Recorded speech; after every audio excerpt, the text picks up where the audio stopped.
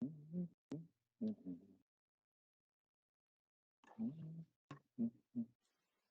Hello, приветствую, дорогие друзья, everybody, на канале on the Feigin channel Live. Feigin Время Live. The time is 21 час в 21 Москве. Сегодня Moscow time. воскресенье, 27 It is марта. day И 32, день understandably, 32 of the запущенной Russian-Ukrainian войны. И war. мы снова And me встречаем with Алексея. Olexiy Мы Arestovych are обсуждаем то, что discussing what's происходит. happening Алексей, there. рады видеть, рады видеть. Взаимно. Likewise. Да, ну вот, So, as как usual, we would обычно, like to start with мы the хотели general начать information. с If общей информации. Если она there is есть, то anything мы с interesting. удовольствием ее послушаем, Алексей. Ну, общая информация The такая, general значит, information is as follows. трохи нам поплохело под We are Изюмом. doing a bit worse То есть хуже На under украинской Izum. стороне хуже стало. Ну, с одной On стороны one хуже, с side другой it's стороны появилась bad, надежда, on там the other предположим. side it's good. Is the city completely taken over by Russians? Не полностью, No, но but продвинулись they did advance. трошки. Так, хорошо. So on Suma, on near Kharkov and near Kiev, пошли в контрнаступление, соответственно. our army is advancing. Это не надо, как у нас любят Not делать, big advances as they like to claim, 70 kilometers. They're smaller, but we're moving forward. We're taking smaller villages. Any military with some strategic background can look at the map and understand our ideas. I'm not going to impose them on everybody. So it's a mixed bag of things for us. I can say that Russian Federation and its government got enough resources, and they're throwing them on their major fields of this battle, where we said that Putin will try to get some advantage to trade or to use as leverage during the negotiations.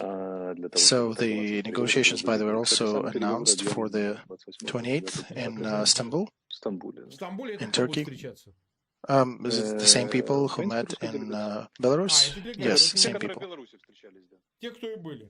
So we'll see. Perhaps they'll reach something. But it is very clear for me that Putin's government would want to intensify battle efforts to try to provide additional pressure for the negotiations. Our side is preparing. And what's up in the south? South is generally good. I think we're already taking over Kherson area. We shot down one helicopter. We shot down 4 airplanes in the last several days. Another interesting thing, there were about 80 missiles shot towards Lvov. 72 were shot down. Who shot them? Oh, our anti-missile defense. It's not important who, more important that we have this capability. So we are covering our sky, and if we had additional weapons, we probably could have done better. This was so far the biggest fire, the biggest attack of the Russian forces, and the biggest success of Ukrainian anti-missile defense systems. I suspect part of them fell on its own, but, still it's a good ratio. And I would say that our mastership of our military is growing. If during the first days we shut down only several of them, now the effectiveness really grows. So they were shooting at Lvov for some reason. Well, yes, they had a certain target there that I don't want to name, and there are no guarantees that they'll shoot again or not. And Mariupol is still going through heavy street fighting inside the city.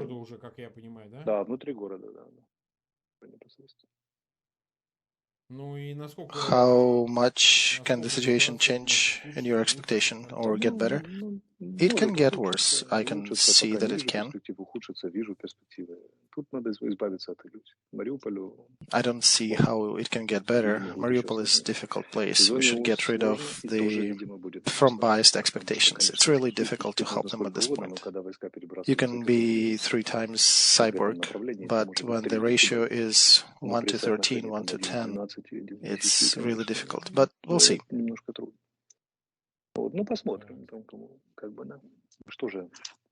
We're not little kids, so we're trying to reinforce our positions as much as we can. But the next 2 weeks, as I said, they'll be pretty rough. So as I said, on one hand, in the south, we have advanced and we've rescued several towns, but Mariupol is still beyond our reach at the moment. So it's a mixed bag of news. So the perspective of bringing the town of Kherson back, does it exist?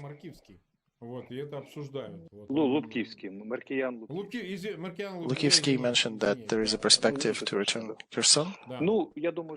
I think he is not a military person, so somebody made that proposition to him or mentioned it in his vicinity, and he gladly ran around shouting about it. There is that perspective, but it's not going to happen in the next couple of days. There are 83,000 watching us. We're over 6 minutes live. I again remind our viewers to post links everywhere and subscribe to the channel, to my and to Alexei's. So the next question is, there is that video online, appeared recently, probably from somewhere near Kharkov. Russian side is already reacting that there is somebody shooting prisoners of war in their legs. Is it real or is it fake? Well, I can say that our government machine treats these cases really with hard prejudice. We are a European army. We do not violate rules of engagement and rules of handling prisoners of war. So it's understandable that somebody may have snapped, his relatives or somebody died during this war in Kharkov, but it's understandable, but it does not relieve him of responsibility, of criminal responsibility in this case. And we are reminding our personnel that this case does have some signs of possible criminal action, and I need to remind that, yes, military criminal actions have no expiration date. So regardless of what emotions we feel, we should not be doing or conducting such actions. I can also add personal note that my godson is seriously wounded, and I'm not even talking about other friends and acquaintances of mine who are seriously wounded or dead, but I'm still telling people to treat prisoners of war with all due respect, because prisoners of war are helpless. They're wounded prisoners of war, elderly, kids. It is against the law, it is against the military honor. So this is a potential war crime, and we'll investigate that to the hardest degree necessary. We're sure that is how it'll go. And of course, we do want prisoners of war to be treated with respect. But we're not forgetting that the main criminal is the butcher in Kremlin. If that main butcher did not initiate everything, many things would have not happened. Just do not substitute cause and effect here.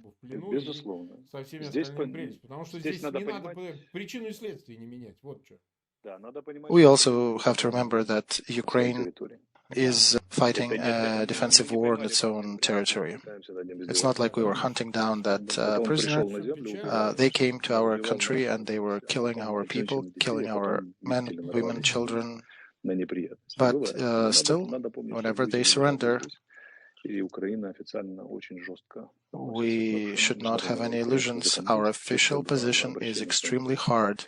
We need to follow all the rules of civil engagement. And I also think that we should, you guys should also keep it very open and do the open investigation. Yes, we share that same position, but when there are thousands of people in war, especially going through daily situations when people die gruesomely, somebody may snap. And there have been situations on the TV when some of the TV hosts also said some pretty rough things. But every time after investigation, it turned out that somebody very close and dear to their heart died, and they just snapped during the live cast. And many people go through that. Not all people can withstand such a psychological pressure. So again, this explains their behavior, but this does not excuse it. So the government reaction will be utmost serious to these occurrences. All right, we are being watched by 112,000 people. Those who just joined, please post links to that cast in your social media and share them around. So, Olexiy, how can we prognose the situation that is unfolding during the next 2 weeks? From the point of view of operational theater, how can it change in the worst case and in the best case scenario? I'm sorry, interrupting you. I understood your question before you completed. So, speaking of worst, yes, Mariupol can be taken. It will not be simple and it will not be easy and fast. But if they concentrate those forces that are bringing from Russia, if they'll throw everything on Mariupol, then it doesn't matter how professional are the guys defending it, including my personal friends. It would not matter. The second possible bad outcome is encirclement of our army on the eastern front near Lugansk and LNR and DNR, and that will be that could be a serious defeat. We will not lose the war at that, but it'll be pretty difficult situation for us. At the same time, Russian army will lose a lot of their fighting capacity doing that, and again, this is just a situation that may occur, and we understand we're looking at all the possibilities. On the good side, if everything is going better for us, then Mariupol will not fall, and our forces on the Eastern Front may withdraw a little bit to the next step of defenses, but they will not get into encirclement and they will not give up their front. At the same time, we'll also win Sumy and the northern part, so that's why it's a mixed bag. Also, I'm thinking on the southern front, we'll be moving. Again, questionably where, but also Russian army is different there. They're bringing troops over 3 bridges, and they don't have much of the heavy machinery there. It's really light infantry for the most part.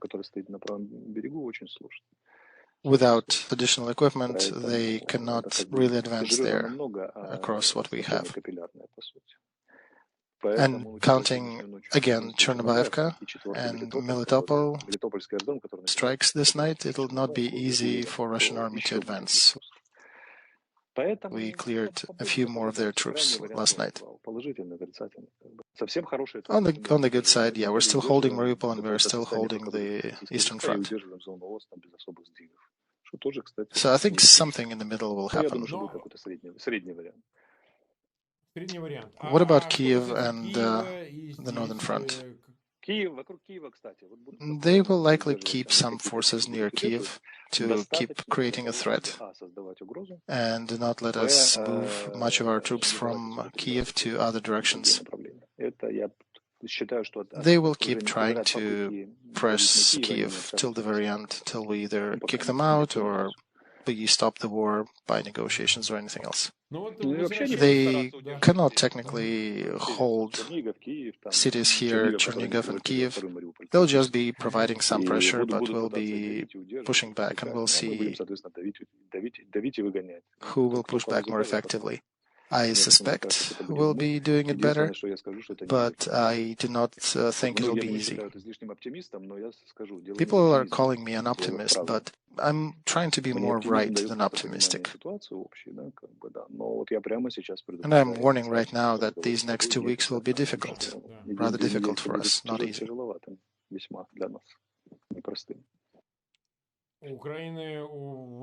Does Ukraine army have reserves? We do have some problems. We have problems with weaponry. If we had more weapons, we could have changed the whole situation, could have changed the outcome. We could have kicked Russians from Mariupol. But, even with what we get, we can be pretty effective. And we've shown that. Do you think situation can change in the next couple of weeks in regards to the weaponry that you guys receive? Probably not. Even if they start bringing stuff tomorrow, it is not a grenade launcher that you can open a box and take it to the front. Heavy equipment takes time to bring, to use. So these next 2 weeks will be difficult for us, and how difficult they will be for the Russian army, I'm sure we'll show videos from the field. I misspoke, I said for Russians, I meant Russian army. But, there are different Russians too. There are Russians who are actually going out and protesting and are not afraid of the Putin's regime. I want to separate these Russians from the ones supporting Putin regime. So how much time we have? The usual 25 minutes. All right, let's try to get back to the negotiations that are underway. Of course, no inside information, just discussion of what we know. It does appear that Russian side is just taking their time and not really pushing it forward, and it's really just Putin's behavior. So what do you think is the catch there? I think the catch is that keep West from so you mean they're trying to catch West in some way? Yes, I suspect they are not really. They're trying to keep the West at bay and perhaps not let them make a decision of bringing heavy equipment. Okay, I understand. In our case, that maybe is that, but that catch is not for us. We are fighting and we're trying to change situation any means we can. I also think the Western allies are not too simple. They also understand, everybody understands everything. And sanctions and more weapons. And I think everything that Russians did with Mariupol, Kharkov, Chernigov, the numbers of killed children and adults, I think that's already enough to show them that Russia is not a reliable negotiator.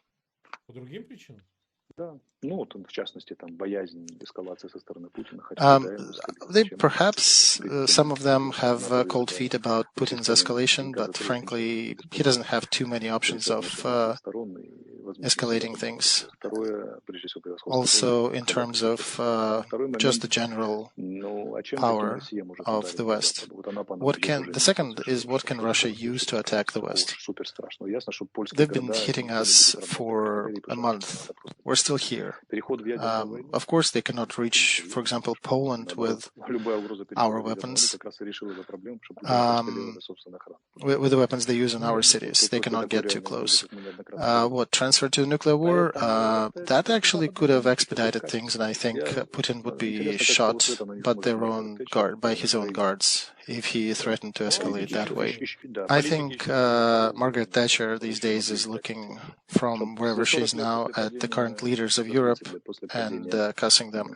Basically, I think that 30 years, in the period of 30 years after the fall of USSR, Europe got politicians who barely can make any military decisions.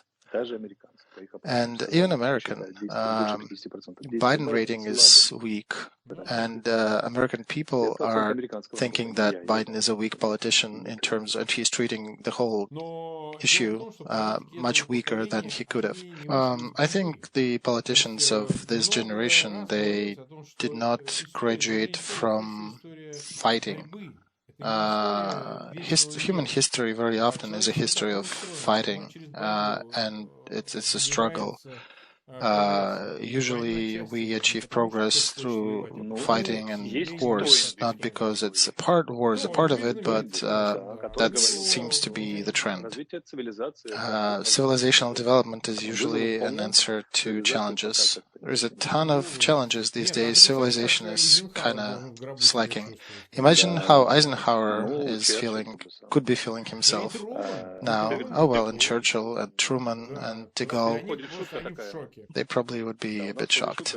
We have a joke here that if Russia will attack at least one country, one NATO country, NATO will kick this country out of NATO. A kind of sad joke, but yeah. Alright, some Telegram channels, even there is a special Telegram channel, Legion, the Freedom of Russia. They're publishing videos that Russian prisoners of war, we do not know how they got imprisoned, but the fact is that they're writing papers and asking to join Ukrainian army on the front and actually go fight for Ukraine against Russian invasion. Is that true? Yes, that is correct. We did talk to them a lot. Basically, do you understand that circumstances and what it will mean for you back in Russia?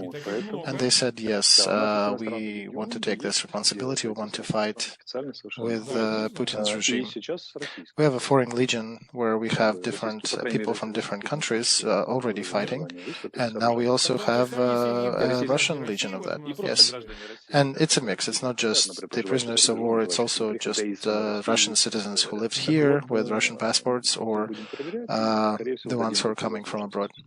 And we'll be checking documents and talking to them and making sure they're reliable people. And yeah, we see an opportunity to give them this chance. I also have to mention this is not the first time this happened. And for the 8 years before that, there were Russian citizens willing to join our side of the conflict. So my question is, after they joined you, they really do not have a way back, right? They'll get imprisoned. You know what? Nobody will say that the Russians are really different from other people in the world. That's why many of them make decisions according to their ethics and consciousness. I'm quoting here, I cannot sleep and live my life the way I want to while Putin is in power. And they're telling us they're not fighting for you, we're fighting against Putin because his regime is really destroying our country. Let's not have any illusions, we're not fighting for Ukraine, we're fighting against Putin's regime. And that's why we are seriously have created that legion. And that also is exacerbated with the fact that Putin, as an idiot, was saying that we're all just one people. There are no differences between us. And of course, so these people are fighting against his regime, regardless of their nation. That's what I'm saying. These people, they do not want to fight for Ukraine. They don't want to sleep. They want to fight against Putin's regime, and that's the raison d'etre for them right now. All right, it's 24 minutes. We basically have 1 minute left. Let's quickly circle back to Biden's visit. He called Putin the butcher yesterday. He's been using pretty rough words, but everything else, yeah, his speech is still kind of calm with elements of Reagan's rhetoric. I think it's mostly targeting his internal market. It's not about Ukraine. That visit was not about Ukraine. This visit was about his campaign and his issues in the United States. Do you think we will not have better circumstances later to get some more support from them? You talked to the Minister of Defense, right? What did he say? He said he is cautiously optimistic. So let's see. I'm skeptic, you know. 165,000 are watching us. We've been online for 25 minutes. And we'll see you tomorrow. Yes, we shall. Thank you, everybody. See you tomorrow.